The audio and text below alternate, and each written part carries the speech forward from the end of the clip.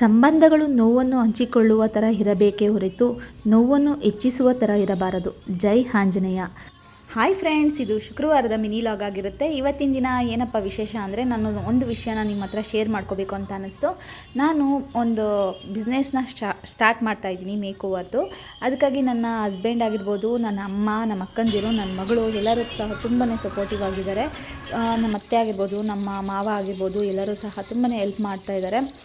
ಈಗ ಯಾಕೆ ಸ್ಟಾರ್ಟ್ ಮಾಡಬಾರ್ದು ಅಂತ ಅಂದ್ಬಿಟ್ಟು ನಾನು ಶುಕ್ರವಾರ ಇವತ್ತಿನ ದಿನವೇ ಸ್ಟಾರ್ಟ್ ಮಾಡೋಣ ಅಂತ ಅಂದ್ಕೊಂಡಿದ್ದೆ. ನನ್ನ ಹಸ್ಬೆಂಡು ಹೋಗಿ ಬ್ಯಾನರ್ ಎಲ್ಲ ಮಾಡಿಸ್ಕೊಂಡು ಬಂದಿದ್ದರು. ಶುಕ್ರವಾರ ಒಳ್ಳೆ ದಿನ ಆಗಿರೋದ್ರಿಂದ ಪೂಜೆ ಮಾಡಿ ಇವತ್ತೇ ಹಾಕ್ಬಿಡೋಣ ಅಂತ ಅಂದ್ಬಿಟ್ಟು ಹಾಕ್ತಾಯಿದ್ದೀನಿ. ಎಲ್ಲರಿಗೂ ಗೊತ್ತಿರಲ್ಲ ಅಲ್ವಾ ನಾವು ಏನು ಕಲ್ತಿದ್ದೀವಿ ಏನಿಲ್ಲ ಅಂತ ಅಂದ್ಬಿಟ್ಟು.